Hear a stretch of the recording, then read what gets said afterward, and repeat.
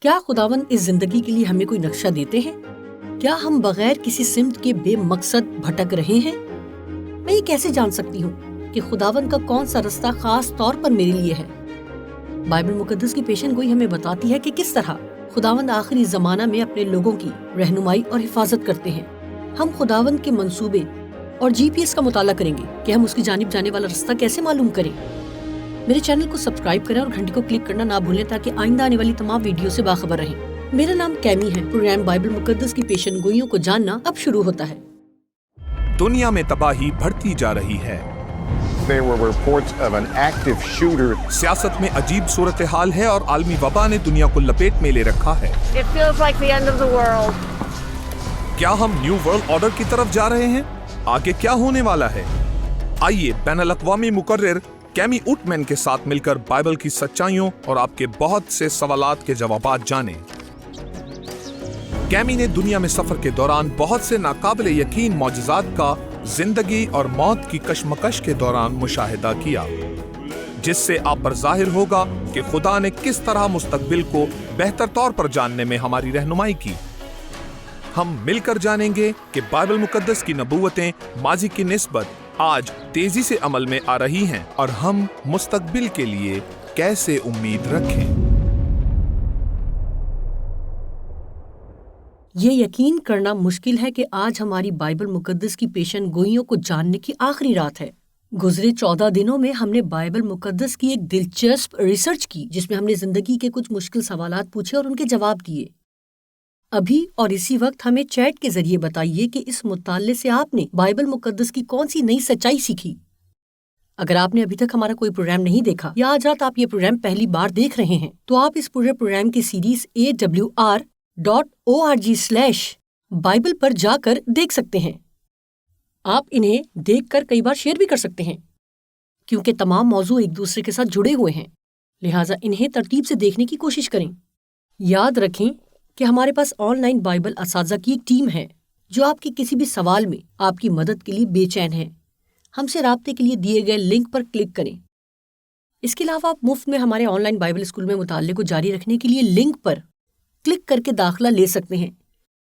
میری دعا ہے کہ آپ بائبل مقدس کا مطالعہ جاری رکھیں اور روز بروز یسوع مسیح کے قریب ہوتے جائیں۔ آج میں کچھ مختلف کرنا چاہتی ہوں۔ ناصرت میں ایک آدمی کی معجزانہ گواہی کی ایک مختصر ویڈیو کے ساتھ آپ کے سامنے شروع کرنا چاہتی ہوں کہ وہ شخص کیسے خداوند کے لیے کھڑا ہوا اور پھر خداوند اس کے لیے کھڑے ہوئے۔ مسلمان گھرانے میں پیدا ہونے کی وجہ سے وسام کو مسیحیت سے نفرت کرنا سکھایا گیا۔ چنانچہ جب اس کی بہن نے مسیحی ہونے کا فیصلہ کیا تو وسام کے خاندان نے اسے اپنی بہن کو مارنے کے لیے بھیجا، لیکن خداوند کی طرف سے ایک معجزاتی خواب کے باعث وسام نے بائبل مقدس کا مطالعہ کرنے کا فیصلہ کیا۔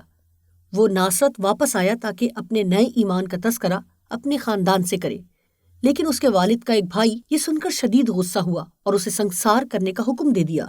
ایسا بار بار ہوتا رہا، یہاں تک کہ پھر وسام کے بھائی نے مداخلت کی۔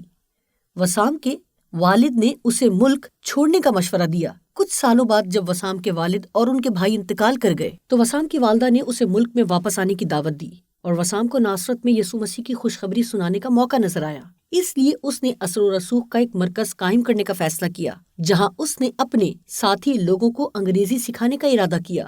ہم نے وسام کو AWR گاڈ پاٹس بھی دیے جنہیں اس نے اپنی کمیونٹی میں تقسیم کیا۔ حال ہی میں حالات مزید خراب ہو گئے کیونکہ اس کے مردہ چچا کے بیٹوں کو پتہ چلا کہ وسام کیا کر رہا ہے۔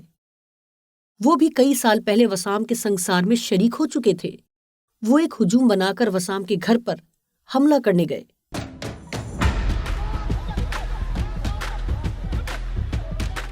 ہجوم چیخ پڑا۔ وسام کی بیوی ایڈری نے نیچے ہونے والی ہنگامہ آرائی سنی اور وہ یہ دیکھنے باہر بھاگ گئی کہ کیا ہوا ہے۔ وہ فوراً جان گئی کہ وسام شدید پریشانی میں ہے۔ وہ گھٹنوں کے بل گر کر دعا کرنے لگی۔ وسام کے بھائی اس کی حفاظت کے لیے دوڑ پڑے۔ اسے لوہے کے سریے سے مارا گیا، لیکن پھر اس کے اپنے ہی کزن نے چھری نکالی اور اس پر وار کیا۔ حیرانگی کی بات یہ تھی کہ چھری آگے سے مڑ گئی اور وسام کو کوئی نقصان نہ پہنچا۔ وسام کے بھائی نے وہ مڑی ہوئی چھری اٹھائی اور کہا، مرد خدا کو مارنے کی دوبارہ کوشش کرو۔ ہجوم کے پیچھے ہٹتے ہی وسام کے چچا زاد بھائیوں نے دھمکی دی کہ تمہیں پتہ بھی نہیں چلے گا کہ کب اور کہاں، لیکن ہم تمہیں مار ڈالیں گے۔ کچھ مہینے بعد وسام کو ایک چونکا دینے والا فون کال آیا کہ اس کے وہی دونوں چچا زاد بھائی موٹر سائیکل چلاتے ہوئے ہلاک ہو گئے۔ اس بات سے مجھے بائبل مقدس کی آیت یاد آتی ہے کہ جب خدا ہماری طرف ہے تو کون ہمارا مخالف ہے۔ اس معجزانہ واقعے نے مسلم کمیونٹی کو اس قدر مشتعل کیا کہ وہ شام کو معلوم ہوا کہ یہ AWR سیل فون کی بشارت کے استعمال کا صحیح وقت ہے۔ اس نے فوراً کسی کو تلاش کیا جو سنائے گئے کلام مقدس کا ترجمہ عربی میں کر سکے۔ اس کو جمیل نامی ایک آدمی ملا جو مدد کے لیے تیار تھا۔ جمیل کئی دنوں تک کام کرتا تھا، بعض اوقات رات گئے تک ترجمہ کرتا رہتا۔ جیسا کہ اس نے پڑھا، وہ پریزنٹیشن سے اتنا متاثر ہوا کہ اس نے خود کو اپنے بیپٹسٹ چرچ کے ایک دوست سے انہیں شیئر کرنے پر مجبور پایا۔ وہ ان وائزوں سے اتنی متاثر ہوئی کہ اس نے بھی انہیں اپنے پادری سے شیئر کیا۔ وہ پادری بھی سب پڑھ کر بہت متاثر ہوا۔ پھر اس نے وسام کو ڈھونڈا تاکہ وہ اس کے چرچ میں آ کر کلام سنائے۔ وسام نے بیپٹسٹ چرچ میں بائبل مقدس کی پیشن گوئی، ہمارے صحت کا پیغام اور ایلن وائٹ کی تحریریں پیش کیں۔ ان سب کے دل اس قدر قائل ہو گئے کہ پاسٹر سمیت پوری جماعت نے سیونتھ ڈے ایڈوینٹسٹ چرچ میں بپتسمہ لینے کا فیصلہ کیا، اور ایک خوبصورت سبت کے دن ہم نے دریائے یردن کے قریب چرچ سروس کا انعقاد کیا۔ پھر ایک ایک کر کے وہ سب پانی میں اترے۔ ایلڈر ڈوین مکی کے ساتھ بپتسمہ دیتے ہوئے وسام بہت خوش دکھائی دے رہا تھا۔ کیا یہ آپ کے لیے خداوند کی قدرت کی زبردست گواہی نہیں؟ آج میں آپ کے سامنے کچھ نیا پیش کرنا چاہتی ہوں جس سے آپ کے سیل فون کے ذریعے پیشن گوئی میں اضافی مطالعہ کرنے کا امکان ہے۔ نیچے دیے گئے لنک پر کلک کریں اور آپ کے پاس موقع ہوگا کہ آپ بائبل مقدس کی پیشن گوئی کی طاقتور تعلیمات اپنے فون پر حاصل کریں۔ صرف لنک پر کلک کریں۔ آپ جانتے ہیں کہ بپتسمے کے ذریعے جو نئی شروعات یسوع مسیح نے ہمارے لیے رکھی ہیں وہ بہت ہی حیرت انگیز ہیں۔ مجھے امید ہے کہ بپتسمے کے ذریعے یسوع مسیح کی پیروی کرنے کا فیصلہ آپ کر چکے ہیں۔ ہم نے جتنا بھی مطالعہ کیا وہ آج کا دن دیکھنے کا باعث بنا۔ اس زمین کے لیے خداوند کا حتمی فیصلہ کیا ہے اور میرے اور آپ کے لیے خداوند کا حتمی منصوبہ کیا ہے؟ آج ہم مل کر دیکھیں گے کہ کس طرح خداوند نے زمین کی تاریخ کے آغاز سے ہی ہماری حفاظت کا منصوبہ بنایا تھا، اور ہمارے گرد جو اس کی خوبصورت دلہن ہے، حقیقی کلیسیاں ہیں، ایک باڑ لگائی تھی تاکہ ہمیں حتمی اختتام تک پہنچا سکے۔ عزیزو، آئیے ہم دعا کریں اور آج کے موضوع عظیم تنازع کے مطالعے کا آغاز کریں۔ آسمانی باپ، کائنات کے بادشاہ، ہمارے دلوں پر راج کرنے والے، میری خودی کو مجھ سے نکال اور مجھے اپنے پاک روح سے بھر، میرے لبوں کی تقدیس کر اور ہمیں اس وقت سے اچھی طرح آگاہ کر دے جس میں ہم رہ رہے ہیں۔ ہمارے دلوں اور ذہنوں کو کھول تاکہ ہم سچائی کو جان کر ان آخری ایام کے لیے تیار ہو سکیں۔ ہم جانتے ہیں کہ آپ ہمارے محافظ ہیں اور ہم آپ کے سارے جلال میں آپ کی تعظیم کرتے ہیں، یسوع مسیح کے قیمتی نام میں، آمین۔ میں آپ کے ساتھ یہ خاص پیغام شیئر کرنے کے لیے بہت زیادہ پرجوش ہوں، کیونکہ یہی وہ زبردست مواد ہے جس نے مجھے جگایا۔ اس نے ذاتی طور پر دنیا کی تلاش سے لے کر جنت کے حصول تک مجھے اور میری زندگی کو بالکل بدل کے رکھ دیا۔ آئیے اپنی تھیم کو یاد رکھیں۔ اگر یہ بات بائبل میں موجود ہے تو میرے لیے ہے، اور اگر یہ بائبل میں موجود نہیں تو یہ میرے لیے نہیں۔ آج ہم کلام مقدس میں سے پیدائش سے لے کر مکاشفہ تک مسیح اور شیطان کے درمیان بڑے تنازع کی پوری کہانی کا احاطہ کرنے جا رہے ہیں۔ کیا آپ تیار ہیں؟ آپ میں سے کتنوں نے کبھی جوس پیا ہے؟ آپ تقریباً 20 گاجریں لیتے ہیں اور ان میں سے 1 کپ جوس نکلتا ہے۔ ہم بائبل مقدس کے ساتھ ایسا کرنے جا رہے ہیں، جو کہ سپر ورژن ہے۔ مجھے آپ کی دماغی صلاحیت کی ضرورت ہے، جو کہ ایک اسکرین کا کام دے گا، کیونکہ میں چاہتی ہوں کہ آپ میرے ساتھ اس کا تصور کریں۔ حزقیل نبی کی کتاب 28ویں باب میں ہماری کہانی ایک فرشتے سے شروع ہوتی ہے جس کا نام لوسیفر ہے، جسے مقرب کروبی کے طور پر بیان کیا گیا ہے۔ اب یہ سمجھنے کے لیے مقرب کروبی کیا ہوتا ہے، ہمیں پرانے عہد نامے میں خروج کی کتاب کے 25ویں باب پر جانا پڑے گا، جہاں پر بائبل مقدس ایک عمارت کا بیان کرتی ہے۔ یہ عمارت بہت اہم ہے، جسے مقدس کہا جاتا ہے۔ خداوند نے حضرت موسیٰ کو ہدایات دیں، یہ عمارت یعنی مقدس مقصد کے تحت بنائے، جس کا تعلق آج ہمارے ساتھ ہے۔ مقدس میں پاک ترین مقام ہے، جس میں آسمان پر موجود خداوند کے تخت کا عکس ہے۔ اس مسکن میں کچھ ایسا رکھا تھا جسے عہد کا صندوق کہتے اور اس صندوق کے اوپر سرپوش تھا۔ وہ سرپوش خداوند کے تخت کی علامت ہے، جو کہ بہت اہم بات کی طرف اشارہ کرتا ہے کہ آسمان پر خداوند کے لیے تخت کی بنیاد اس کی شریعت ہے۔ آپ نے دیکھا جیسا کہ 10 احکام اس عہد کے صندوق کے اندر موجود ہیں۔ بائبل مقدس ہمیں یہ بتاتی ہے کہ صندوق کے دونوں طرف 2 فرشتے موجود ہیں، جنہیں ڈھانکنے والے فرشتے کہا جاتا ہے۔ لفظ ڈھانکنے کا مطلب بچانا یا حفاظت کرنا ہے۔ اس سے صاف ظاہر ہوتا ہے کہ جب لوسیفر آسمان پر تھا تو اس کا کیا کام تھا۔ حقیقت میں لوسیفر کو خدا کی شریعت کا محافظ اور بچانے والا ہونا تھا۔ لکھا ہے وہ خداوند کی حضوری میں کھڑا ہوتا تھا اور اس نے شریعت کی حرمت کی حفاظت کرنی تھی، جو خداوند کی حکومت کی بنیاد تھی۔ لیکن بائبل مقدس ہمیں حزقییل نبی کی کتاب 28ویں باب میں بتاتی ہے کہ لوسیفر ہر لحاظ سے کامل تھا جب تک کہ اس میں بدی نہ پائی گئی۔ خداوند کا کلام کہتا ہے کہ بدکاری گناہ ہے، اور گناہ کیا ہے؟ حکم توڑنا، خلاف ورزی یا قانون شکنی۔ لہٰذا لوسیفر جو خدا کے قانون کی حفاظت کرنے والا تھا، اسی خدا کے قانون کے خلاف ہو گیا، اور اس طرح پہلی جنگ آسمان کے پار خداوند کے قانون کی خلاف ورزی پر شروع ہوئی۔ شیطان شریعت سے نفرت کرتا ہے۔ اس حقیقت کا مطالعہ کرنے کے لیے ہم نے کئی شامیں ساتھ گزاریں۔ بائبل مقدس ہمیں بتاتی ہے کہ لوسیفر نے آسمان کے تمام فرشتوں میں سے 1/3 کو دھوکہ دیا۔ کیسی حیران کن بات ہے! اربوں کی تعداد میں فرشتے! کیا لوسیفر نے یہ کہا ہوگا، اے مقدس فرشتوں، کیا تم میرے ساتھ بدکار ہونا چاہتے ہو؟ نہیں، یہ دھوکہ نہیں ہے، وہ نہایت ہی چالاک اور مکار ہے۔ یسایہ نبی کی کتاب 14واں باب ہمیں بتاتا ہے کہ لوسیفر نے دعویٰ کیا، میں خدا تعالیٰ کی مانند ہوں گا۔ قادر مطلق کی مانند ہونے کا مطلب راست باز ہونا یا خداوند کی مانند درست کام کرنا اور اس کی مانند پاک ہونا۔ لوسیفر اصل میں یہ کہہ رہا ہے، میں خدا کی مانند مقدس ہو سکتا ہوں، بغیر کسی قانون کے یہ بتائے کہ کیسے کرنا ہے۔ کیا آپ نے پہلے کبھی یہ دلیل سنی ہے کہ خدا کی مانند ہونے کے لیے ہمیں کسی شریعت کی ضرورت نہیں؟ عزیزو، یہ خود کو راست باز ظاہر کرنے، یہ سوچنے کہ ہم خدا کے بنا سب کچھ کر سکتے ہیں کی دلیل ہے۔ اسی بات سے یہ 1/3 فرشتے دھوکہ کھا گئے۔ مجھے امید ہے کہ آپ ذہنی طور پر تصور کی گئی اس فلم کو سمجھ رہے ہوں گے، کیونکہ یہ ایک مہاکاوی کہانی ہے کہ کس طرح ہماری دنیا کا آغاز ہوا اور ہماری زمین اس طرح کے ہنگاموں میں کیوں پڑی۔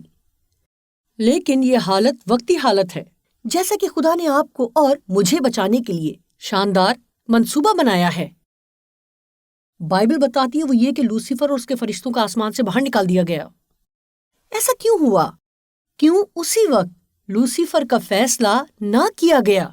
کیا کبھی آپ کے ذہن میں یہ سوال آیا، کبھی آپ نے خود سے یہ پوچھا، اسی وقت کیوں اس کا فیصلہ نہیں کیا گیا؟ جواب سادہ مگر گہرا رہا ہے۔ استثنا 19 کی 15 سے 19 آیات میں حضرت موسیٰ اور بنی اسرائیل کو ایک اصول دیا گیا تھا کہ جب بھی 2 فریقوں کے درمیان کوئی تنازع پیدا ہوتا ہے تو دونوں کے درمیان تفریق کرنے کے لیے تیسرے فریق کو ہونا ضروری ہے۔ یہ انصاف والی بات ہے۔ ٹھیک ہے بھائی، اسی اصول کو واپس آسمان پر اپنی کہانی کی طرف لے جاتے ہیں۔ جب لوسیفر اور اس کے فرشتوں نے بغاوت کی تو آسمان کی کتنی اطراف تھیں؟ 2 مخالف سمتیں، ایک جانب خداوند اور اس کے فرشتے اور دوسری جانب لوسیفر اور اس کے بہکے ہوئے فرشتے۔ گویا یہاں پر ایک تعطل ہے۔ شیطان خداوند پر الزام لگا رہا ہے، اور خداوند کے لیے اس وقت شیطان کے فیصلے پر بیٹھنا غیر منصفانہ معلوم ہوتا ہے، کیونکہ پھر ایسا ہوتا کہ ملزم خداوند بھی جج ہوتے۔ حزقییل 28 کی 17 میں خداوند نے شیطان کو یہ کہتے ہوئے باہر نکال دیا، میں نے تجھے بادشاہوں کے سامنے رکھ دیا ہے تاکہ وہ تجھے دیکھ لیں۔ یہ اصطلاح کسی طرح کے فیصلے کو ظاہر کرتی ہے، اور آپ شیطان کو اس بات پر حیران ہوتے ہوئے دیکھ سکتے ہیں۔ کیا اے خدا، تو کس سے میرا فیصلہ کروائے گا؟ کیا آپ کو آسمان دو اطراف میں بٹا ہوا نہیں لگتا؟ سوال یہ ہے کہ فیصلہ کون کرنے والا ہوگا، یعنی وہ تیسری پارٹی جسے خداوند لوسیفر کی عدالت کے لیے استعمال کرے گا۔ کیا آپ کو یاد ہے کہ ہم نے کچھ دنوں پہلے 1000 سال اور بادشاہت کا مطالعہ کیا تھا؟ فیصلہ کرنے والے لوگ آسمان پر موجود نجات یافتہ لوگ ہیں۔ سنیے، جیوری کے انتخاب کے بارے میں ہمیں 3 چیزیں جاننے کی ضرورت ہے۔ پہلی بات، جب جیوری کا انتخاب ہوتا ہے تو وہ ایسے لوگوں کا انتخاب کرنا پسند کرتے ہیں جن کے پاس جرم کے بارے میں بہت کم یا کوئی علم نہیں ہے، ٹھیک ہے؟ آپ کو لگتا ہے جب لوسیفر نے بغاوت کی تو انسانیت کہاں تھی؟ حتیٰ کہ اس وقت تو انسانیت کی تخلیق بھی نہیں ہوئی تھی۔ اب تک ہم انسان اس جیوری میں شامل ہونے کے اہل ہیں۔ آئیے جیوری ممبر بننے کی دوسری شرط کو دیکھتے ہیں۔ جج کو قانون کی پاسداری کرنے والا شہری ہونا چاہیے۔ ہم جانتے ہیں کہ حضرت آدم اور بی بی حوا کی تخلیق ان کے دلوں پر خداوند کے قانون کے ساتھ ہوئی تھی، اسی لیے انسان ہی جیوری کے ممبر ہونے کے اہل ہیں۔ تیسری بات، جیوری کے ممبر کو صحیح اور غلط میں تمیز ہونی چاہیے اور عوامی رائے سے متاثر ہونے والا نہیں ہونا چاہیے۔ پہلا کرنتھیوں 6 کی 2 اور 3 میں لکھا ہے کہ کیا تم نہیں جانتے کہ تم فرشتوں کا انصاف کرو گے؟ ہم شاہی کاہن یا بادشاہ ہیں جنہیں خداوند نے اس لیے تخلیق کیا کہ انصاف کر سکیں۔ سو آدمی اور عورتیں تو ان تینوں نکات پر پورے اترتے ہیں کیونکہ وہ انصاف کریں گے۔ سو لوسیفر خدا کی اس تخلیق یعنی انسان کو دیکھتا ہے اور حیران ہوتا ہے کہ کیا یہ میرا انصاف کریں گے؟ چلو پھر دیکھ لیں گے۔ آئیے اس بارے میں سوچیں۔ جب شیطان کو خداوند سے یہ پتا چلا کہ کسی دن اس کی بھی عدالت ہوگی، وہ عدالت انسان کرے گا، تو پھر اس نے کیا کیا؟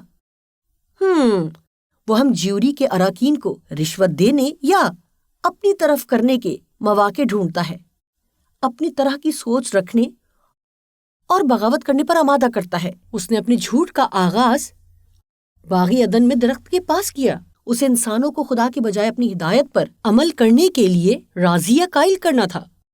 جب اس نے بی بی حوا کو باغ عدن میں بہکایا تو کیا اس نے یہ کہا، کیا تم بدکار بننا پسند کرو گی؟ نہیں، ہرگز نہیں۔ اس طرح سے کام نہیں بنتا تھا، یہ تو بات واضح ہو جاتی۔ اسی لیے اس نے کہا، آؤ میں تمہیں بتاؤں کہ تم خداوند کی مانند کیسے بن سکتے ہو۔ کیا یہ جھوٹ اسی طرح کا جھوٹ نہیں جو اس نے 1/3 فرشتوں سے آسمان پر بولا تھا تاکہ وہ خدا کو چھوڑ کر اس کی پیروی کریں؟ پرانے سانپ نے شروع ہوئی سے نسل انسانی کو خداوند کے کردار کے بگڑے ہوئے تصور کی جانب قائل کیا۔ سو اسی لیے بدقسمتی سے حضرت آدم اور بی بی حوا گناہ کے مرتکب ہوئے اور اس جیوری کا حصہ بننے سے نااہل ہو گئے، کیونکہ وہ اب قانون کی پاسداری کرنے والے شہری نہیں رہے تھے۔ اس باعث سنجیدہ صورتحال پیدا ہو گئی۔ اس واسطے یسوع مسیح باغ میں آئے اور ان سے یہ وعدہ کیا کہ وہ ان کے گناہوں کی خاطر جان دیں گے تاکہ وہ دوبارہ اپنی من پسند جنت حاصل کر سکیں۔ زبردست! ہم بالآخر جان سکتے ہیں کہ انجیل کی خوشخبری بنی نوع انسان کو صحیح منصف بننے کے لیے دی گئی، جو صحیح اور غلط میں فرق جان سکتے ہوں اور قانون کی پاسداری کرنے والے شہری ہوں۔ میں خداوند کی بہت شکر گزار ہوں کہ اس نے میرے اور آپ کے لیے راستہ بنایا کہ ہم جلد بحال ہو کر کسی دن پھر آسمانی باغ کی جانب لوٹ جائیں۔ آئیے ہم اپنی تصویری فلم کو فاسٹ فارورڈ کر کے پیدائش کی کتاب سے خروج کی کتاب کی جانب لے کر جائیں، جہاں خداوند ایک قوم کو مصر کی غلامی سے آزاد کرائیں گے۔ یہ کون سی قوم ہے؟ جی ہاں، بنی اسرائیل۔ اب سنیے، جب لوسیفر نے آسمان پر خداوند کے خلاف بغاوت کی، وہ اس لیے کہ اسے خداوند کی راہ پسند نہیں تھی۔ کیا آپ جانتے کہ زبور 77 کی 13ویں آیت میں کیا لکھا ہے؟ اے خدا، تیری راہ مقدس میں ہے۔ کون سا دیوتا خدا کی مانند بڑا ہے؟ جب لوسیفر نے خدا کے مقدس کے خلاف بغاوت کی تو حقیقت میں وہ خدا کی راہ کی بغاوت کر رہا تھا۔ پھر خداوند نے بنی اسرائیل کو بلایا، وہ ان لوگوں کو استعمال کرنے کے لیے تیار کر رہا تھا اور انہوں نے نجات کا پیغام پوری دنیا تک پہنچانا تھا۔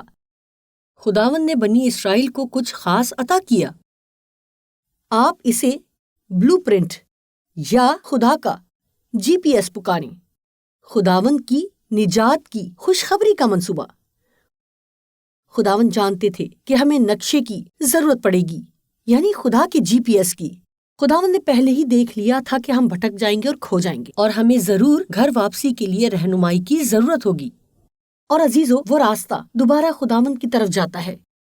اس لیے خداوند پیار سے بنی اسرائیل کو دیکھتے ہیں اور کہتے ہیں، میں تمہیں خاص تحفہ دوں گا اور اس تحفے میں راستہ ہوگا۔ میں تجھے یعنی بنی اسرائیل کو استعمال کرنا چاہتا ہوں کہ یہ نقشہ اور خدا کا خاص GPS تم پوری دنیا تک پہنچاؤ۔ خداوند نجات کی خوشخبری کا منصوبہ بنی اسرائیل کے وسیلے پوری دنیا تک پہنچانا چاہتے ہیں۔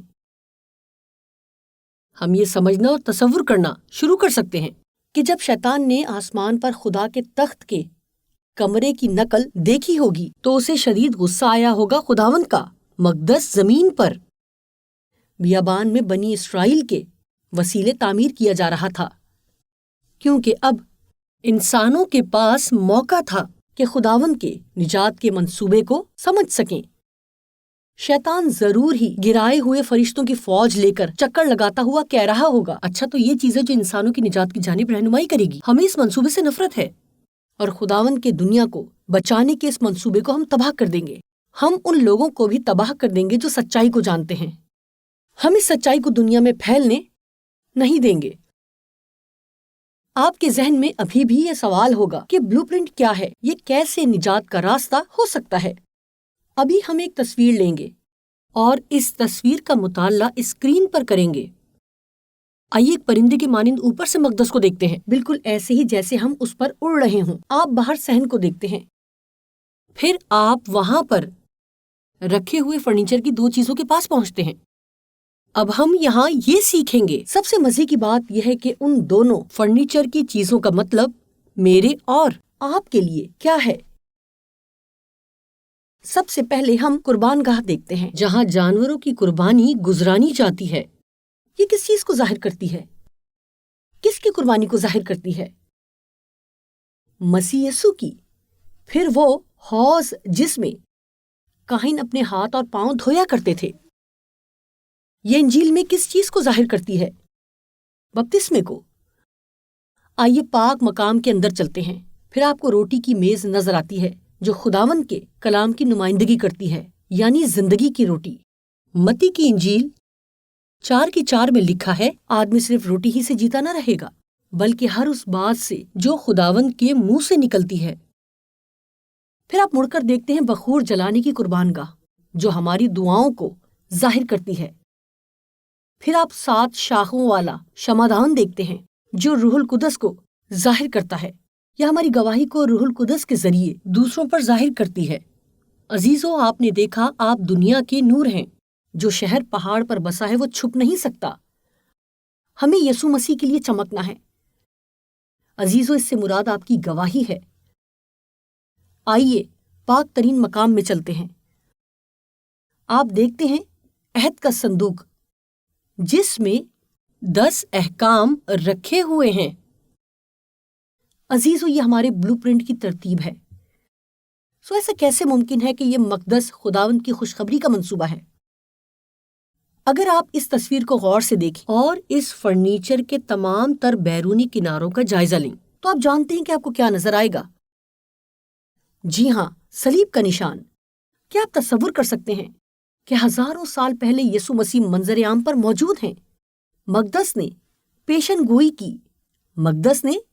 گوئی کی کہ مسیح یسوع صلیب پر ہمارے گناہوں کی خاطر مریں گے۔ وہ یوحنا کی انجیل 14 باب کی 6 آیت میں کہتے ہیں کہ راہ اور حق اور زندگی میں ہوں۔ اگر آپ مقدس کی جانب دیکھیں، آپ کو ایک اور بڑی دلچسپ چیز نظر آئے گی۔ اگر آپ اس پر غور کریں تو جس جگہ فرنیچر رکھا ہے وہیں مسیح کو زخمی کیا گیا، دائیں ہاتھ میں کیل ٹھونکا گیا اور بائیں ہاتھ میں بھی ٹھونکا گیا، کانٹوں کا تاج سر پر رکھا گیا، ٹوٹے ہوئے دل کے ساتھ مرے، ان کے پیروں میں کیل ٹھونکے گئے، یہاں تک کہ ان کی پسلی میں چھید کیا گیا جہاں سے خون اور پانی بہہ نکلا۔ آپ نے دیکھا کہ خداوند اس منصوبے کے ذریعے اپنے رستے پر بار بار اپنے لوگوں کو آزاد کراتے ہیں۔ مثال کے طور پر بنی اسرائیل کو ہی لے لیجئے۔ خروج کی کتاب 12واں باب، بعد میں وہ غلامی سے نکالے گئے۔ پہلی بات جو خداوند نے ان کو بتائی وہ یہ تھی کہ قربانی کریں اور اس کا خون اپنے دروازے پر لگائیں۔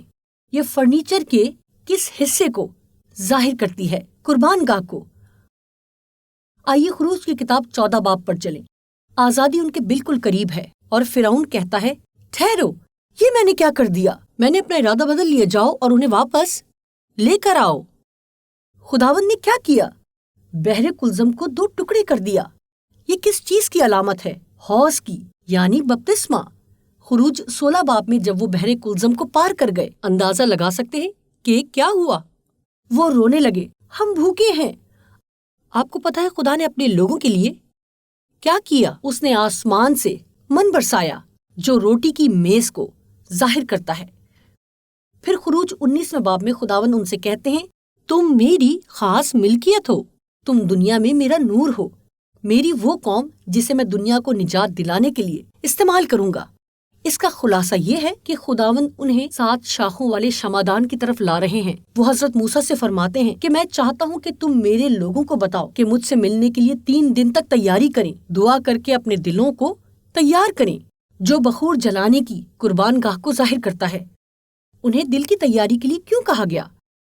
کیونکہ خروج کی کتاب 20 باب میں خداوند انہیں 10 احکام دینے کو نیچے اترے۔ آئیے مسیح یسوع کی زندگی کو دیکھتے ہیں کہ کس طرح وہ مقدس کے نمونے سے مشابہ ہے۔ مسیح یسوع چرنی میں جانوروں کے درمیان پیدا ہوئے۔ شاید آپ کہیں گے کہ وہ قربان گاہ پر پیدا ہوئے۔ 30 سال کی عمر میں انہوں نے بپتسمہ لیا، جس کی نمائندگی حوض کرتا ہے۔ پھر وہ بیابان میں چلے گئے جہاں انہیں شیطان نے آزمایا، اور پہلی آزمائش ان پر یہ ڈالی کہ پتھروں کو روٹی بنا دیں۔ دوسری آزمائش اپنے تئیں نیچے گرا دے اور خداوند کے خلاف کفر بکے۔ تیسری آزمائش میں جانتا ہوں کہ تم اپنے لوگوں کے لیے آئے ہو، یعنی اس 7 شاخی شمعدان کے لیے۔ مجھے گر کر سجدہ کر دے، میں تیرے لوگ تجھے دے دوں گا۔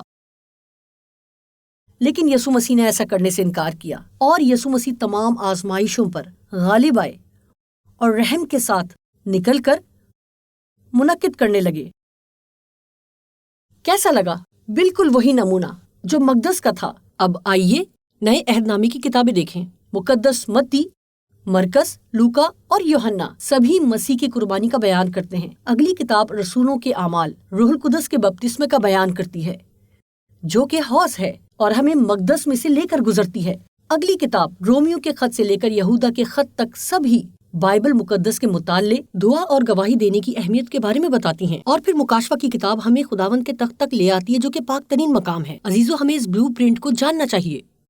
یہ ہماری نجات کا منصوبہ ہے۔ اب مجھے پتا چلا کہ جب میں نجات پانا چاہتی ہوں، اس کے لیے مجھے ایک عمل میں سے گزرنا ہے۔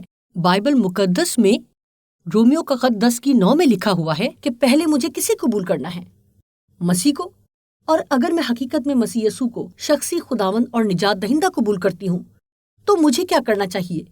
بپتسمہ لینا چاہیے۔ کیا ہم یہیں رک جائیں؟ کیا بپتسمے سے آگے بھی کچھ ہے؟ جی ہاں، یقیناً ہے۔ پھر مجھے حقیقی طور پر بپتسمہ لینے کی ضرورت ہے اور مسیح کی پیروی کرنی ہے۔ پھر مجھے خدا کے کلام کا مطالعہ اور دعویٰ کرنا ہے۔ میں خدا سے دعا کروں گی کہ میرا اور اس کا تعلق گہرا ہو جائے اور میں دوسروں سے اس کی محبت کی گواہی دے سکوں۔ جبکہ آپ خداوند کی راہ نجات پر ہیں تو اندازہ لگائیں کہ آپ کہاں پہنچیں گے۔ بالکل صحیح۔ یوحنا کی انجیل 14:15 میں لکھا ہے، اگر تم مجھ سے محبت رکھتے ہو تو میرے حکموں پر عمل کرو۔ اب یقیناً ابلیس اس نجات کے منصوبے سے خائف ہے۔ پورا پرانا عہد نامہ اس بات سے بھرا پڑا ہے کہ کس طرح ابلیس نے ان لوگوں کو تباہ کرنے کی کوشش کی جن کے پاس بلو پرنٹ تھا، یہاں تک کہ بلو پرنٹ کو بھی تباہ کرنے کی کوشش کی۔ آپ بلو پرنٹ کو ایسے تصور کر لیں کہ جیسے کہ وہ ایک فٹ بال ہو، اور خداوند یہ فٹ بال بنی اسرائیل کو دیتے ہیں اور کہتے ہیں اسے فیلڈ میں لے جاؤ۔ بنی اسرائیل دوڑتے ہوئے اسے فیلڈ میں لے جاتے ہیں۔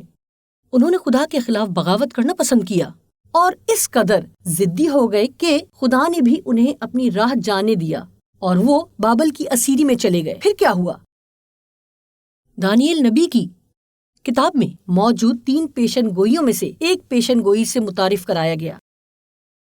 پہلی پیشن گوئی 70 ہفتوں کی پیشن گوئی ہے۔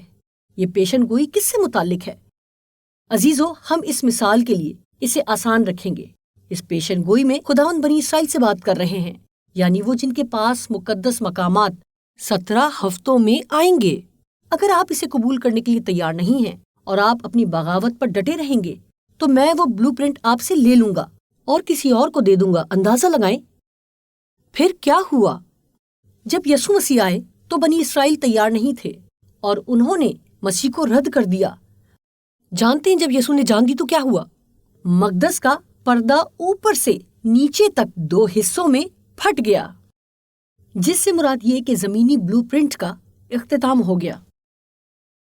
مسیح یسوع زندہ ہونے کے بعد آسمانی مقدس میں آسمان پر اٹھائے گئے اور اب وہ بلو پرنٹ یا فٹ بال لفظی بنی اسرائیل سے لے لیا گیا اور روحانی بنی اسرائیل کو دے دیا گیا۔ کیا آپ جانتے ہیں ہم نے کیا کیا؟ آج شام ہم نے پورے پرانے عہد نامے کو دہرا لیا۔ واہ، اس کا مطلب ہم نے آدھا راستہ گزار لیا۔ خداوند نے بنی اسرائیل کو زبانوں کا تحفہ دیا تاکہ وہ آسمانی مقدس کا پیغام پوری دنیا میں پہنچا سکیں۔ اب روحانی اسرائیل جیسا کہ فیلڈ میں اتر چکا ہے اور کوئی بھی اسے روک نہیں سکتا، اور شیطان یہ کہتا ہے کہ مجھے ان سچے مسیحیوں کو روکنا ہوگا۔ اس کے لیے شیطان کیا کرتا ہے؟ سب سے پہلے وہ لفظی اسرائیل کو روحانی اسرائیل پر حملہ کرنے کے لیے اٹھاتا ہے، پھر وہ لفظی روم کو اٹھاتا ہے تاکہ وہ روحانی اسرائیل پر حملہ کرے۔ لیکن ابلیس جان گیا ہے کہ جتنی بار کوئی مسیحی شہید ہوتا ہے یہ بات اس کے خلاف ہی جاتی ہے، کیونکہ مسیحیوں کا خون بیج کی مانند ہے جو بڑھتا ہی جاتا ہے۔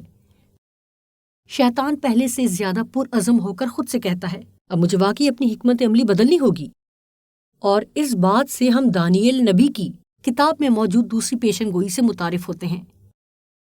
1260 سالوں کی پیشن گوئی، جیسا کہ ہم نے مطالعہ کیا، لکھا ہے ایک قوت اٹھے گی جسے بائبل میں چھوٹا سینگ کہا گیا ہے۔ حیوان کی یہ طاقت خداوند کے بلو پرنٹ کو ختم کرنے کی کوشش کرے گی۔ ابلیس اس چھوٹے سینگ کی طاقت کو کیسے استعمال کرے گا؟ یعنی خداوند کے مقدس کو ڈھانے کے لیے اس جعلی روحانی طاقت کو کیسے استعمال کرے گا؟ آئیے اپنے بلو پرنٹ کو دوبارہ اسکرین پر لگائیں۔ آپ دیکھ سکتے ہیں کہ ابلیس اس جال سازی کا ماسٹر ہے۔ وہ اپنے مقبول متبادل کے ساتھ عوام کو جوڑتا ہے۔ عزیزو، یاد رکھیے بائبل مقدس کی ہر سچائی کے لیے شیطان کے پاس کوئی نہ کوئی جال سازی موجود ہے۔ سیاہ دور کے دوران کیا ہوا؟ یعنی وہ 1260 سال کی مدت جس کا ہم نے مطالعہ کیا، سیاہ دور کی کلیسیا نے، جو کہ رومن کیتھولک کلیسیا ہے، ان سچائیوں کو جھٹلا دیا جو کہ خداوند کے مقدس کے وسیلے سکھائی گئی تھی۔ اس سے مراد کیا ہے؟ قربان گاہ، یعنی جو یسوع مسیح کی قربانی کو ظاہر کرتی ہے، اسے ختم کر کے پیننس کے نام سے تعلیمات متعارف کرائیں۔ لوگوں کو بتایا گیا کہ ان کے گناہوں کی معافی کے لیے مسیح کی قربانی کافی نہیں، اس لیے انہیں پیننس ادا کرنا ہی پڑے گا۔ مسیح کے دکھوں اور قربانی کے اثر کو ختم کر دیا گیا اور اس کی جگہ جعلی تعلیم متعارف کرائی گئی۔ حوض کا کیا کیا گیا جو بپتسمے سے مشابہت رکھتا ہے؟ سیاہ دور کی کلیسیا نے کہا کہ ہم غوطے کے بپتسمے کے بجائے شیر خوار بچوں پر چھڑکاؤ کریں گے، جو اعتراف اور پورے دل سے توبہ کی بلاہٹ ہوگی۔ نہ صرف انہوں نے یہ کیا بلکہ پاک مقام میں پڑی روٹی کی میز کو، جو خداوند کے پاک کلام کو ظاہر کرتی ہے، اس کے متعلق یہ اعلان کر دیا کہ آپ خود سے خدا کے کلام کو نہیں سمجھ سکتے، صرف کاہن ہی اسے سمجھا سکتا ہے۔ اس طرح انہوں نے اس بات کو فروغ دیا کہ روایات خدا کے کلام سے زیادہ اہم ہیں۔ نہ صرف انہوں نے یہ کیا بلکہ تاریخ گواہ ہے کہ وہ بخور جلانے کی قربان گاہ تک پہنچ گئے، جو دعاؤں کو ظاہر کرتی ہے، اور دعویٰ کیا کہ آپ براہ راست خدا سے دعا نہیں کر سکتے، آپ کو خدا تک کاہن کے وسیلے پہنچنا ہوگا۔ در حقیقت انہوں نے اپنا 2 حصوں والا کمرہ بنا لیا جس کے درمیان میں پردہ لگا ہو، اور پردے کے پیچھے ایک انسان خدا کی جگہ بیٹھا ہو جو دوسرے انسان کا اعتراف سن رہا ہو۔ عزیزو، یہ خداوند کے پاک ترین مقام کا مذاق اڑانے کے برابر ہے۔ ان جال سازی والی تعلیمات نے نور کو کلیسیا سے باہر رکھا ہوا ہے، جس کے باعث چرچ سیاہ دور میں ہے۔ بالآخر رومن کیتھولک چرچ پاک ترین مقام میں پہنچ گیا اور خداوند کے دیے گئے 10 احکام اپنے ہاتھ میں لے لیے اور ان کو بھی بگاڑ دیا۔ اس بات کی تفصیل کے مطالعے میں تو ہم نے بہت سارا وقت گزارا۔ انہوں نے چوتھا حکم اور 7ویں دن کا سبت باہر نکال دیا اور اس کی جگہ ہفتے کے پہلے دن کو عبادت کا دن قرار دیا۔ لیکن شیطان کسی بھی طرح خداوند کے GPS کو بگاڑنا چاہتا ہے۔ وہ چاہتا ہے کہ آپ کھو جائیں۔ کیا ہم مایوس ہوں؟ اب خداوند کیا کریں گے؟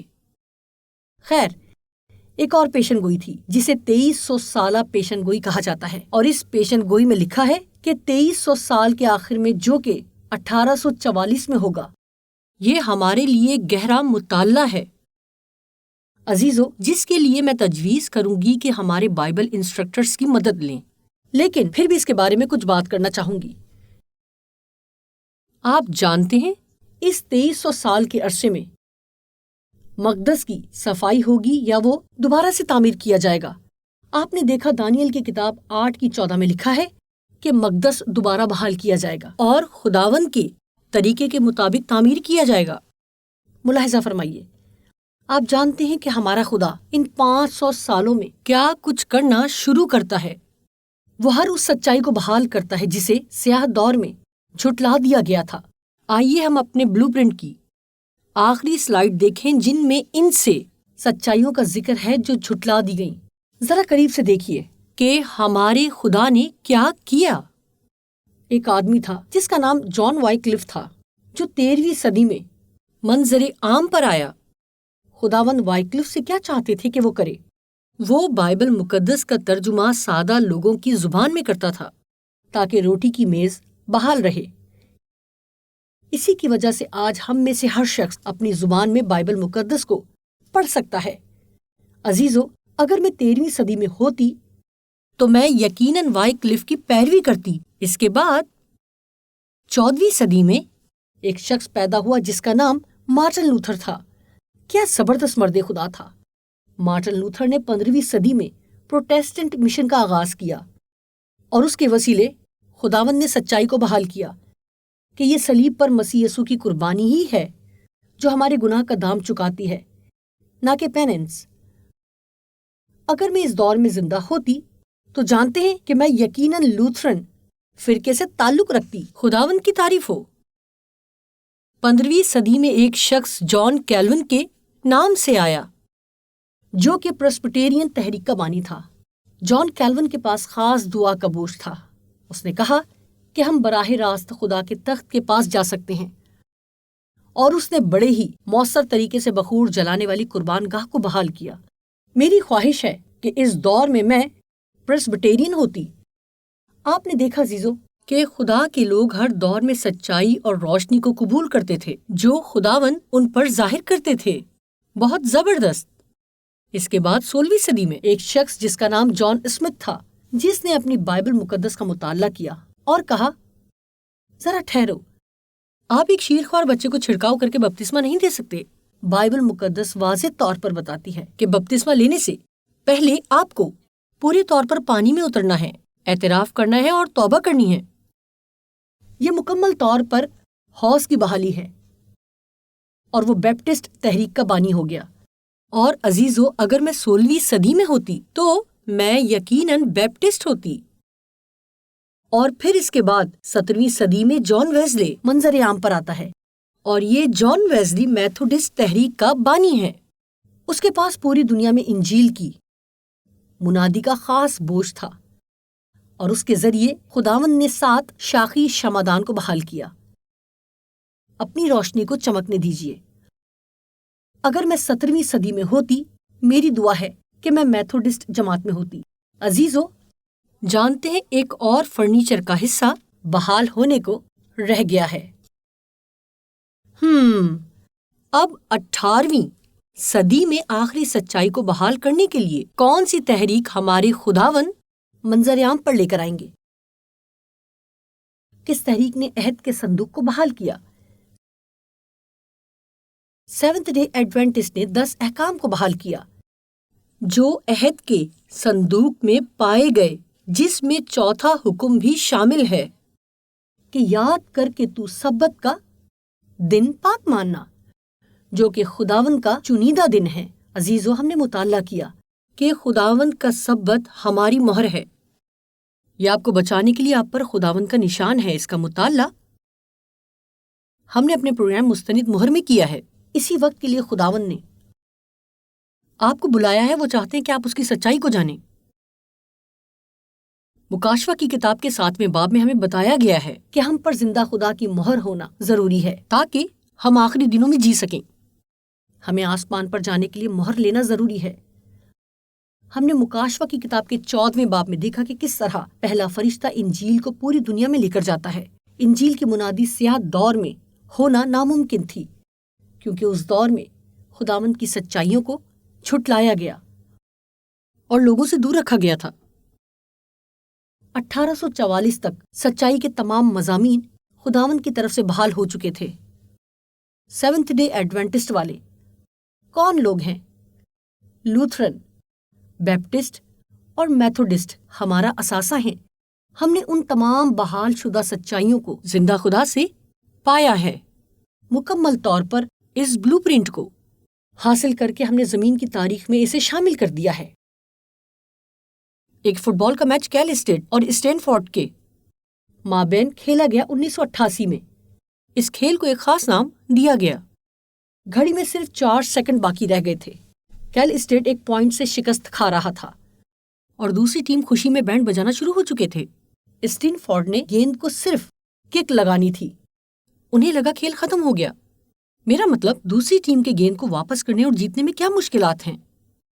جو انہوں نے گیند کو کک کیا اور گیند فیلڈ میں گھومتی ہوئی گئی۔ کیل اسٹیٹ کو گیند ملی اور وہ بھاگنے لگے۔ جیسے ہی پہلے آدمی نے بھاگنا شروع کیا، کوئی اسے دھکا دیتا ہے اور گرنے سے پہلے وہ گیند کو اپنے ساتھی کی جانب اچھالتا ہے۔ فیلڈ کے دوسری طرف بینڈ خوشی مناتا اور مارچ کرتا ہوا بڑھ رہا ہے اور لوگ اپنے قدموں پر کھڑے شور مچا رہے ہیں۔ دوسرا آدمی گیند پکڑتا ہے اور بھاگنا شروع کرتا ہے۔ وہاں جو تبصرہ نگار تھے پرجوش ہو رہے تھے اور اپنی آواز بلند کر رہے ہیں، کیونکہ دوسرے کو بھی دھکا لگتا ہے۔ اس سے پہلے کہ وہ زمین پر گرے، وہ گیند کو آگے پاس کر دیتا ہے۔ پھر تیسرا آدمی وہی کام کرتا ہے، پھر چوتھا آدمی وہی کام کرتا ہے، پھر پانچواں آدمی وہی کام کرتا ہے اور چھٹا آدمی گیند کو پکڑ لیتا ہے۔ ہر کوئی چیخ رہا ہے اور اپنے قدموں پر کھڑا ہے۔ اتنے میں وہ چھٹا آدمی آخری حصہ یعنی اینڈ زون میں بھاگ جاتا ہے۔ عزیزو، میری بات کو غور سے سنیے۔ ابلیس کا بینڈ میدان میں اسی طرح سے موجود ہے۔ وہ سمجھتے ہیں کہ گیم ختم ہو چکا ہے۔ وہ سمجھتے ہیں کہ ہم حکموں کو ماننے والے مسیحی جو بائبل مقدس پر مکمل طور پر یقین رکھتے ہیں، یعنی ہم سیونتھ ڈے ایڈوینٹسٹ شکست خوردہ لوگ ہیں۔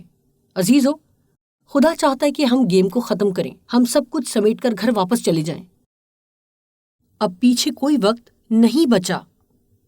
اسی طرح سے 1844 بائبل مقدس میں آخری پیشن گوئی تھی۔ عزیزو، اس بات کا مطالعہ آپ خود کریں۔ میرے ذہن میں تو فرشتے اپنے قدموں پر یا اپنے پروں پر ہم تمام راست بازوں کے لیے خوشی منا رہے ہیں۔ آئیے سیکھنے کے لیے اس بات کو آخری دور میں لے چلیں، یعنی اینڈ زون میں۔ اور خداوند کے لوگ میدان میں اترے، پہلے فرشتے کا پیغام، دوسرے فرشتے کا پیغام اور تیسرے فرشتے کا پیغام۔ عزیزو، یہ سب وہی تیسرے فرشتے کا پیغام ہے۔ نوح کے پیغام سے زیادہ کچھ نہیں۔ وہ یہی ہے کہ کشتی میں داخل ہو جاؤ۔ یہی بائبل کی مقدس سچائی ہے، کشتی میں داخل ہو جائیں اس سے پہلے کہ بہت دیر ہو جائے۔ کیوں؟ اس لیے کہ خداوند کی مہر کشتی میں موجود ہے۔ بائبل فرماتی کہ جو لوگ کشتی سے باہر ہیں انہیں موت کے لیے مہر کر دیا جائے گا۔ مکاشفہ کی کتاب 15:16 میں ہم پڑھتے ہیں کہ وہ فرشتے جن کے پاس آخری 7 آفتیں ہیں وہ مقدس ترین مقام سے باہر آتے ہوئے دیکھے گئے ہیں۔ کیوں؟ کیونکہ جن پر وہ آفتیں آئیں یہ وہ لوگ ہیں جنہوں نے پاک ترین مقام میں پائی جانے والی چیزوں کو نظر انداز اور رد کر دیا۔ ہمارا پیغام یہ ہے کہ کشتی میں داخل ہو جائیں۔ وہ لوگ جو کشتی میں داخل ہونے کا اور خداوند کی مہر لینے کا چناؤ کرتے ہیں، کیا انہیں آنے والی آخری 7 آفتوں سے ڈرنا چاہیے؟ ہمیشہ کی طرح بائبل میں اس کا جواب موجود ہے۔ جی ہاں، زبور 91 جو کہ مجھے بہت پسند ہے۔ پہلی آیت یہاں لکھا ہے، جو حق تعالیٰ کے پردہ میں رہتا ہے وہ قادر مطلق کے سایہ میں سکونت کرے گا۔ عزیزو، یہ وعدہ ہماری محافظت کے لیے ہے، اس کا دعویٰ کیجیے۔ 10ویں آیت تجھ پر کوئی آفت نہیں آئے گی اور کوئی وبا تیرے خیمہ کے نزدیک نہ پہنچے گی، کوئی ایک آفت بھی نہیں پہنچے گی، جیسے اسرائیلیوں کے ساتھ ہوا۔ اسی طرح کہ آپ بھی خداوند کے وعدوں کا یقین کرتے ہیں۔ اس زمین کی تمام تاریخ میں خداوند نے اپنے وعدوں کا پاس رکھا ہے۔ وہ اپنے کردار کو ثابت کرنے کے لیے ہمیشہ تیار رہتا ہے۔ اس نے ہمیں روٹی اور پانی دونوں مہیا کرنے کا وعدہ کیا ہے۔ میں اس پر بھروسہ کرتی ہوں۔ یسایہ نبی کی کتاب 43ویں باب کی 1 اور 5 آیت خوف نہ کر کیونکہ میں نے تیرا فدیہ دیا ہے، میں نے تیرا نام لے کر تجھے بلایا ہے، تو میرا ہے، تو خوف نہ کر کیونکہ میں تیرے ساتھ ہوں۔ عزیزو، آئیے اس بات کو یاد رکھیں کیونکہ بہت جلد ہی ہمیں اس بات کی بہت ضرورت پڑے گی۔ کسی دن وہ واحد خزانہ جو آپ کے پاس ہو سکتا ہے، یہ واحد ملکیت ہے جو کوئی آپ سے چھین نہیں سکتا، یعنی یہی وعدہ جو آپ نے اپنے ذہن میں محفوظ کر رکھا ہے، اسے بچا کر رکھنا آپ کے لیے بہت قیمتی ہو سکتا ہے۔ ہاللیلویہ! یسوع مسیح آسمان کو چیرتا ہوا جلد آتا ہے۔ بائبل مقدس بہت واضح طور پر بتاتی ہے کہ ہر آنکھ اسے دیکھے گی۔ ہم نے سیکھا کہ کس طرح راست بازوں کی قبریں کھل جائیں گی تاکہ وہ آسمان پر اڑ کر اس کا استقبال کر سکیں۔ عزیزو، یہ کوئی راز کی بات نہیں ہے، ہر ایک آنکھ اسے دیکھے گی، اس لیے دھوکہ مت کھائیں۔ ہم نے یہ بھی سیکھا کہ کس طرح راست باز لوگ 1000 سالہ بادشاہت کے لیے یا انصاف کا فرض نبھانے کے لیے آسمان پر جائیں گے جب 1844 میں کتابیں دوبارہ کھولی گئیں۔ ہم نے صرف یہ دیکھا جو مکاشفہ کی کتاب 12:10 میں لکھا ہے کہ شیطان خداوند کے لوگوں پر الزام لگا رہا ہے، اور خداوند نے کتابیں اس لیے نہیں کھولیں کہ وہ مجھ پر اور آپ پر الزام لگائے، بلکہ اس لیے کہ شیطان کو جھوٹا ثابت کرے۔ جب شیطان الزام لگاتا ہے تو وہ کہتا ہے اس شخص نے یہ گناہ کیا، اس نے وہ گناہ کیا۔ لیکن خداوند آسمان پر موجود کتابوں کو کھول کر اسے اس بات کی تصدیق کرتے ہیں کہ ان لوگوں نے اپنے گناہوں کی معافی مانگ لی ہے، اب وہ برف کی مانند سفید ہیں اور وہ میرے بچے ہیں۔ کتابوں میں کلیدی شہادت موجود ہے، اس لیے نہیں کہ آپ کو برباد کیا جائے، اس لیے کہ آپ کو بچایا جائے۔ اب جب کہ عدالت کا آغاز 1000 سال پر ہوگا تو راست باز کتابیں دیکھیں گے اور فرشتوں کے ساتھ مل کر گائیں گے کہ تیری راہ راست اور سچی ہے اے خدا، تو انصاف سے فیصلہ کرتا ہے۔ اور 1000 سال کے بعد جب خداوند آسمان سے زمین پر آئیں گے اور بدکار لوگوں کو زندہ کریں گے جیسا کہ ہم نے مطالعہ کیا، تو اس وقت یہ دنیا سب سے بڑا فلمی تھیٹر بن جائے گی جو کہ کسی نے کبھی نہیں دیکھا ہوگا۔ ہمیں بتایا گیا ہے کہ پھر ہر کوئی اس فلم کو چلتے ہوئے دیکھے گا۔ یہ زمین پر آخری فلم ہوگی۔ جیسے کوئی حقیقت پر مبنی شو ہوتا ہے، یہ کوئی خود سے بنائی ہوئی فلم نہیں ہوگی۔ میں نہیں چاہتی کہ کھوئے ہوئے لوگ اور شریر میری طرف اشارہ کریں اور کہیں تم نے یہ فلم دیکھی اور مجھے اس کے بارے میں نہیں بتایا۔ تم نے مجھے ہالی ووڈ کی نئی آنے والی دھماکہ دار فلم کے متعلق بتایا تو تھا، مگر اس ضروری فلم کے متعلق، عظیم تنازع کے متعلق تم نے مجھے کیوں نہیں بتایا؟ اب وقت آ گیا ہے کہ خداوند بدکاروں کو تباہ کریں، مگر سیکھیں کہ خداوند تباہ کرنے کے لیے آگ کا استعمال کیوں کریں گے۔ اس لیے نہیں کہ وہ غضبناک ہے، بلکہ اس لیے کہ وہ محبت ہے۔ آپ نے دیکھا عبرانیوں 12 باب کے 29ویں آیت میں خداوند کو بھسم کرنے والی آگ کہا گیا ہے، اور غزل الغزلات کی کتاب ہمیں بتاتی ہے کہ شدید محبت آگ کی طرح بھڑکتی ہے۔ کیا آج سے پہلے آپ کو کبھی محبت ہوئی ہے؟ کیا کبھی محبت کی آگ کو محسوس کیا ہے؟ خداوند بھی اسی طرح ہیں، وہ آگ ہے۔ دوسرا سلاطین 6:17 میں لکھا ہے کہ خداوند کے رتھ آگ ہیں، اس کا شہر آگ کا شہر ہے، اس کا تخت بھی آگ کا ہے، اور وہ ہم سے چاہتا ہے کہ ہم اس آگ میں بسیں نہ کہ بھسم ہو جائیں۔ عزیزو، کیا آپ خداوند کی حضوری کو محسوس کرنا چاہتے ہیں تو پھر آپ کو آگ کش ہونا پڑے گا۔ بالکل اسی طرح جیسے خداوند نے موسیٰ کو جلتی جھاڑی دکھائی، ایسا کیسے ممکن ہے کہ وہ جھاڑی جل رہی تھی لیکن بھسم نہیں ہو رہی تھی؟ اصل میں خداوند موسیٰ کو یہ دکھانا چاہتے تھے کہ یہ انسانیت کے لیے میرا آئیڈیل ہے۔ خداوند چاہتے ہیں کہ ہم اس کی حضوری میں کھڑے ہونے کے قابل ہوں، جس طرح صدرک، میثق اور ابد نجو کو آگ کی بھٹی میں پھینک دیا گیا مگر وہ بھسم نہ ہوئے۔ میری بات کو غور سے سنیں، یہ راست باز ہی ہیں جو ہمیشہ خداوند کے جلال سے منور ہوں گے، جبکہ بدکاروں کے ساتھ ایسا نہیں ہوگا، وہ بھسم ہو جائیں گے۔ خداوند ان کو آسمان پر جانے نہیں دیں گے کیونکہ آسمان ان کے لیے نرک بن جائے گا، مگر شیطان اسے الٹا بنا کر پیش کرتا ہے۔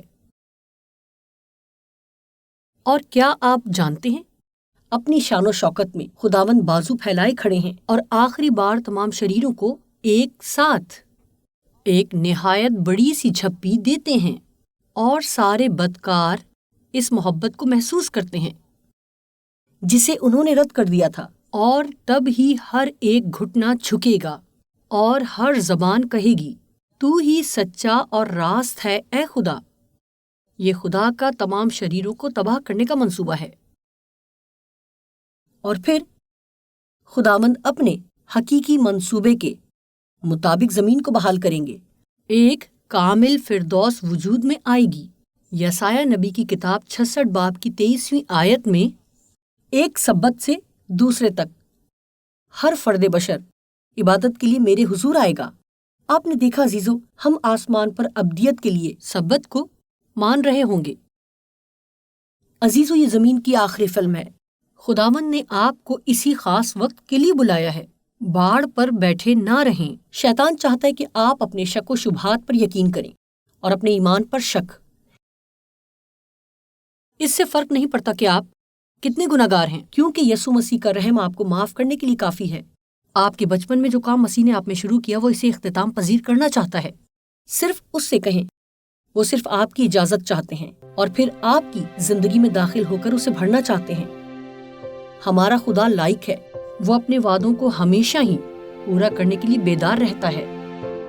کاش میں اسے آپ سے بہتر طور پر بیان کر سکتی، کیونکہ وہ ہمارے بیان کرنے اور ہماری سمجھ سے بالکل باہر ہے۔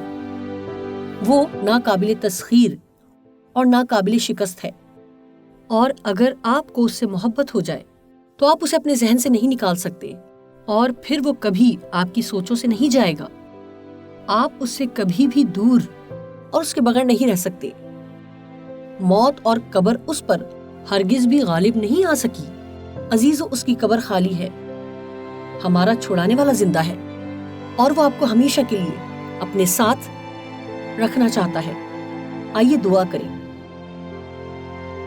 آسمانی باپ، کل کائنات کے بادشاہ، میں دعا کرتی ہوں کہ ہم میں سے ہر ایک سچائی پر کھڑا رہ سکے تاکہ ہم شیطان کے ہیلوں سے واقف ہو سکیں اور اس آخری زمانے میں آپ کے تحفظ اور مہیا کی جانے کے وعدوں کا دعویٰ کر سکیں۔ آپ قادر اور رحیم خدا ہیں، اور آپ ہم نکموں کی محافظت اور نگہبانی کرتے ہیں۔ آپ ہمیں بنا تراشے ہیروں کی مانند دیکھتے ہیں اور ہمیں چمکا کر نیا بنا دیتے ہیں۔ اے یسوع، ہم آپ کی تعریف کرتے ہیں۔ آپ بادشاہوں کے بادشاہ ہیں۔ میں بھی اور اسی وقت خاص طور پر اپنے عزیزوں کے لیے دعا کرتی ہوں جو اس پورے مطالعے میں میرے ساتھ رہے۔ آپ ان سب کے دلوں کو جانتے ہیں۔ اپنے روح القدس کو خاص طریقے سے بھیجیں اور اپنی سچائی پر چلنے میں مدد کریں، تاکہ جب ہم سب آسمان پر ملیں اور اس دن تو ہم دنیا کے سامنے آپ کا اقرار کر سکیں۔ یہ سب دعا مانگتی ہوں آپ کی قیمتی نام میں، آمین۔